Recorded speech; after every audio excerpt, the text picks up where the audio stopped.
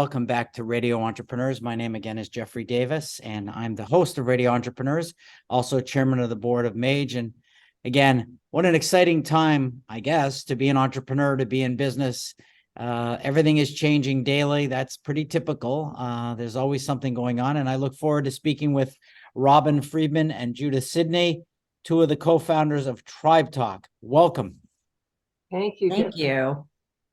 Do you want to first tell us a little bit about TribeTalk? TribeTalk is an online resource that provides Jewish students with high school students with opportunities for having a more meaningful Jewish life on college campus, and that includes teaching them about what kind of school, having a database of what schools offer what for Jewish students, in addition to providing them with sort of an ABC list of what organizations are available on campus, and also providing them with training about some challenges they may face, particularly in the anti-Semitism, anti-Zionism world these days. And I think for those who are not aware of why now? And sometimes situations create entrepreneurship. So I think that's important context for people who are trying to understand why now. Well, it's interesting that you say that, Jeffrey. So let's back up the bus a little bit. So 3 years ago, Robin, Michelle, and I actually attended, and a couple of us participated in the creation of an ABL format, seminar format in person, pre-COVID, around the rise of anti-Semitism. It's called The Good Fight. And we left the seminar realizing as we were there looking around that there were just not enough students in the audience. We recognized our own students were heading to college. We realized there was an uptick, and there continues to be even a further uptick in the rise of anti-Semitism in our environments here on the high school campuses, but even more specifically on the college campuses. So we originally were going to be doing an in-person 4 to 5 hours session. Thanks to COVID, it all pivoted to an online webinar portal content site that Robin enumerated a little bit about what we offer. And the fact of the matter is, now we are not just a local nonprofit, we are an international nonprofit, because people can find us, our work on our website, our work with our webinars, and also our work with all of our podcasts. So that gives you a little more context of why now. And in fact, our work is even more relevant today than it even was 3 years ago. So that's where we are. Robin, you want to add anything? We hear stories, and we did at the time, about students who even went to Jewish day school, K through 12, and had like every possible opportunity to feel pride in who they are, and who were hiding their Jewish identities on the college campus. And that was one of the reasons that we felt so strongly about starting TribeTalk. And again, we didn't start it to start a nonprofit. We started it just to have a big seminar for our kids and everybody else who was in that graduating class to try to be more comfortable on the college campus. And COVID hit, and here we are today. Our webinars attract people from literally not just the United States, but all over the world. And our college campus website is being used by people from all over, and where our training is being used now all over. So would I just add something that's new in our wheelhouse, in our toolkit, is that we've just got a brand new curriculum. I'm working with an amazing educator. We've been asked repeatedly, nothing like what you're doing exists out there. Help us. And again, not educators by training. You know my background in real estate development. Robin is a lawyer. Michelle is a business consultant. So we're not educators by training. So we're learning pretty much as as they say, the expression is, we're building the airplane as we're flying it. And we're having a really great time and learning a lot about how to collaborate, how to really be authentic and not be redundant in the work that we're doing. And it's been an experience, it really has. So if I can call it that, it's a female entrepreneurship. The three of you had not been in business together before. Has that been Jude, you come out of a family business, that I'm very aware of. Has that been a learning experience for you as well? Oh, yes. It is a show on entrepreneurship. How much time do you have? Well, yes, we have the three of us have extremely different styles that we're learning to be complementary. And we've had adjusting to do along the way. There's no question about it. Yeah. Well, again, you're just giving me the tip of the iceberg. And, for an entrepreneurial show, most people go into business because, again, they have a dream, they have an idea. They don't really understand that, that whole chemistry at the top is the key to, I always say, when I'm going into organizations, I always focus in on leadership. And I understand that the whole organization comes from the style of leadership up top.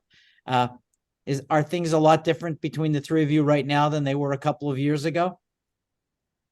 I would say so. I think we've figured out swim lanes. If I could be so bold as to, identify areas of interest that each of us have explored more deeply personally. I think it is still a challenge, frankly, because we are not professional nonprofit uh, um, leaders, but we've worked in nonprofits as volunteers, and we are volunteers in our own nonprofit, which is a very unusual circumstance. Robin and I really do run the day to day. Michelle sort of is much more of an acting consultant. Her words, not mine. And I think that's kind of a really nice way to roll. Unfortunately, and fortunately, because we fly our own flag, we don't have to be beholden to other organizational challenges. And we can pivot really, really quickly. And I'll give you one story. During the May warlet in Israel, my descriptor of it, there was a lot of challenges, and a couple of parents from some independent schools reached out to us and said, we're having some problems. Our kids are getting bombarded on social media. They're getting attacked for being Jewish, and we don't know what to do. And so they reached out to us and said, is there something that you can do to help our kids, ourselves, give them the ammunition, help them navigate this complexity? And to that end, we were able to create within 48 hours over Shabbat. So we lost, time there because we can't plan so easily during that time frame. And we were able to put a seminar on that was really profound and actually still lives evergreen on our website. So a lot of the work that we do, we like very much to record so that students who are coming up the pipeline from high school to college can see the foreshadowing of what's ahead, the joys and the oys. I mean, we don't want to just be all negative, but it gives them the tools and the resources to be able to look online and see what we've created before this particular circumstance. I think was invaluable about how to engage, when to engage with social media. And our expert, Dr. Rachel Fish, who we used as a consultant, has been terrific for us, has really been a nice guiding force for our audience. So again, speaking as entrepreneurs, can we talk a little bit about some of the biggest surprises you've had since you've started the business? Maybe things that didn't work, maybe things that did work. What stuck, what didn't stick? I like to hear about surprises because that's the proof's in. You had a concept, but you've sort of worked to prove the concept. So I'd like to know what some of the surprises are. From a substantive standpoint, the biggest surprise has been when we're training high school students on preparing for anti-Semitism and anti-Zionism in college, just teaching them about the resources, what it is and what the resources are should they encounter it. The high school students have said to us, this is all great, but we really need resources for now because we're experiencing it in high school. So from a substantive standpoint, that's been really the biggest surprise for us, is that we've had to move down in terms of educating because the students are asking for it for earlier and earlier, which has really been a surprise. From a business standpoint, I think some of the challenges, I'll tell you that one of the biggest challenges we've had is a communications plan. So we have been trying to come up with a solid communications plan for 3 years. We've worked with marketing consultants and communication consultants, and we're still challenged by a communications plan. You want the down and dirty of what's been a surprise. We can't seem to come up with a consistent communications plan that works for us. Jude, would you agree with that? Yeah, I sure, but I think part of it is again not being marketing experts, but knowing enough about marketing to be, a little bit of a troublemaker, as you know me, Jeffrey. But I do think that that is a piece of it. It's also finding the right consultants to work with us that can understand the nature of who the three of us are, We're all very independent people, we're very smart people, we're all very committed to the cause. And so that is also a little bit of a challenge. And, again, it's a dance, but I agree. I think it's part of it is a level setting. I also think part of it is challenging because we don't have an executive director, although we're moving in that direction, to have somebody who is the head of the horse managing the day to day. I So would that's not agree a surprise, but that's the reality of where we are now Yeah. at. And so, yeah, so that's also in the mix.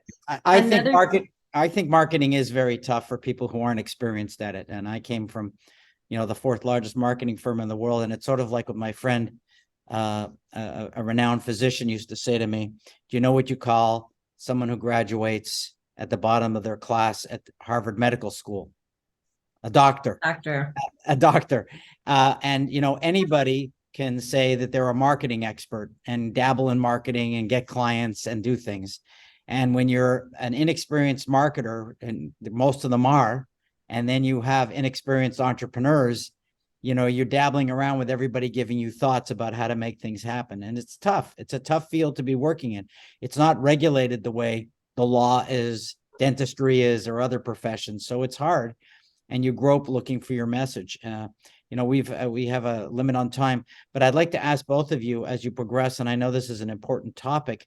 I've seen anti-Semitism in the news over the last 48 hours, and it's kind of interesting how it happens so subtly. Would you be willing to come back through the year and communicate your message to our entrepreneurs again? I hope you will. But Absolutely. if you don't, and if you do, let me ask you, if someone wants to learn more about TribeTalk, how would they find you?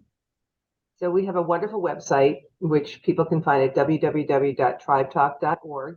That's where you can go for all the content that we offer, and more to come, which is an amazing growing resource. Secondarily, we also have a podcast series called Tribe Talking, so they can actually listen to a lot of the curated content that we've created with amazing scholars, Dr. Fish, Dr. Daniel Gordis, and many others, students from campus, and even a little detail on us. And suffice it to say, you can always reach out to us personally. And that is at info@tribetalk.org. And we do monitor those emails every day.